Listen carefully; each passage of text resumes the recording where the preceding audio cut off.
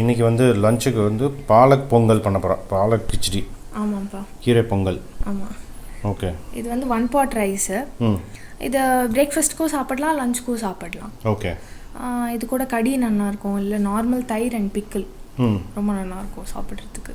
அப்படியா? ஆமாம்ப்பா. Okay. So என்ன இன்க்ரீடியன்ஸ் என்னென்ன இருக்குது?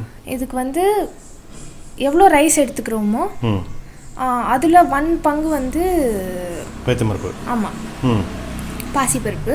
அதுக்கப்புறம் ஒரு பெரிய கட்டு பாலக், நார்மல் இதுக்கு தாளிக்கிறது ஏலக்காய், பட்டை, லவங்கம், பிரியாணி இலை, இஞ்சி பொடியாக கட் பண்ணது, ஒரு 2 பச்சை மிளகாய் கீறி வச்சுருக்கேன், கொஞ்சம் பெருங்காயம், ஜீரகம், உப்பு.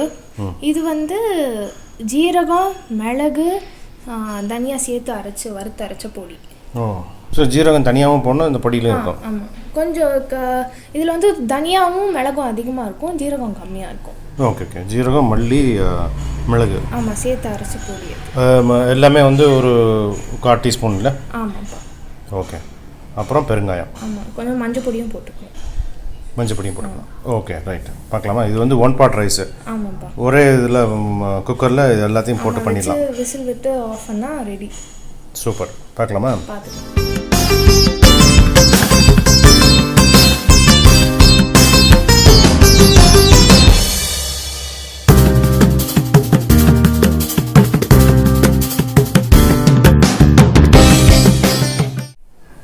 இதில் வந்து 2 டீஸ்பூன் கீ விட்டுருக்கேன், 2 ஸ்பூன் நெய் விட்டுருக்கேன். ஓகே. இது கொஞ்சம் ஹீட் ஆன உடனே இது வந்து பிகினர்ஸு, பேச்சுலர்ஸு எல்லாமே பண்ணலாம். கடகடன்னு ஆகிடும். ரொம்ப நேரம் அடுப்பில் இருக்கணும், ரொம்ப நேரம் ப்ரெப் டைமும் கிடையாது. ஜஸ்ட் பாலக் கட் பண்ணுற டைம் தான். பேச்சுலர்ஸ் கூட பண்ணிக்கலாம். ஆமாம், அண்ட் ரொம்ப ஹெல்த்தியும் கூட. யா. பிரிஞ்சி இலையும் அந்த ஏலக்காய் தாளிக்கிறதுக்கு வச்சுருந்தது எல்லாத்தையும் போட்டுக்கிறேன். அப்புறம் ஜீரகமும் போட்டுருந்தேன்.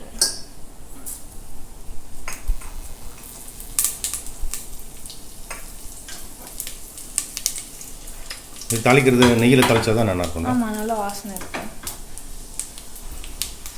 இப்போ அந்த பாலக் போட்டுருக்கலாம், பொடியாக கட் பண்ணி வச்சுருந்தது.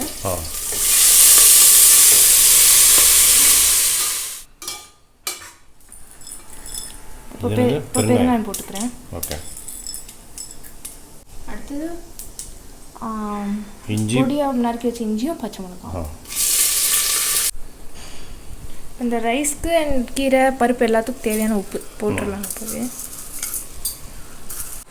இப்போ ஒரு 2 நிமிஷம் நல்லா வதங்கிட்டு இப்போ அந்த சேர்த்து தனியா, மிளகு, ஜீரகம் அரைச்சி வச்ச பொடி அது கொஞ்சம் போட்டுக்கலாம். ஓகே. இதெல்லாம் எவ்வளோ வேணும்? இப்போ இதுக்கு பொங்கல் மாதிரி வரணும். யூஸ்வலாக 1க்கு 2 வைப்போம், நான் இப்போ 1க்கு 4 வைக்கிறேன் தண்ணி. இப்போ கொஞ்சம் மஞ்சள் பொடி போட்டுக்கிறேன். இதில்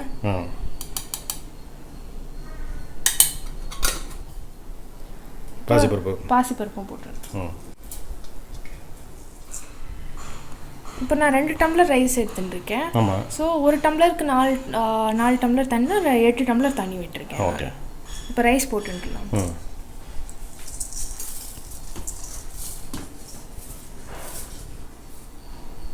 இப்போ எல்லாத்தையும் மிக்ஸ் பண்ணிவிட்டு அண்ட் பொங்கல் மாதிரி வேணுன்றதுனால ஒரு 4 விசில். 4 விசில். ஓகே. இது வந்து ஒரு 6-7 பேர் சாப்பிடலாம்ல? 6-7 பேர் ஈஸியாக சாப்பிட்லாம்ப்பா. ஓகே. இப்போது வெயிட்டர் போட்டுடலாம். போட்டு 4 விசில். 4 விசில். ஓகே. குக் ஆகிடுதுல? நல்லா குக் ஆகிடுது. ஓகே. இப்போ வந்து சர்வ் பண்ணலாம். இப்போ சர்வ் பண்ணலாம்ப்பா. ஸோ கீரை பொங்கலும் சாம்பாரும் ரெடிப்பா. இது ஆக்சுவலி இது தொட்டுக்கிறதுக்கு வந்து கடின்னு சொன்னேன்ல? இதுக்கு சாம்பார் தொட்டுக்கலாம். கடி வந்து தயிரில் பண்ணுவா, தயிரும் கடலை மாவும் கலந்து பண்ணுவா. ஓகே. அது பண்ணி தொட்டுக்கலாம். இல்லை நார்மல் தயிர் ஊறுகாய் ரொம்ப நல்லாயிருக்கும். Oh, okay. கடி கூட ஒரு நாள் ஒரு வீடியோவில் பண்ணலாம், போடலாம்ப்பா. Okay. So palak pongal plus sambar இன்றைக்கி ரெடி லஞ்சுக்கு. ஆமாம்ப்பா. தேங்க்ஸ் ரக்ஷா. தேங்க்யூப்பா.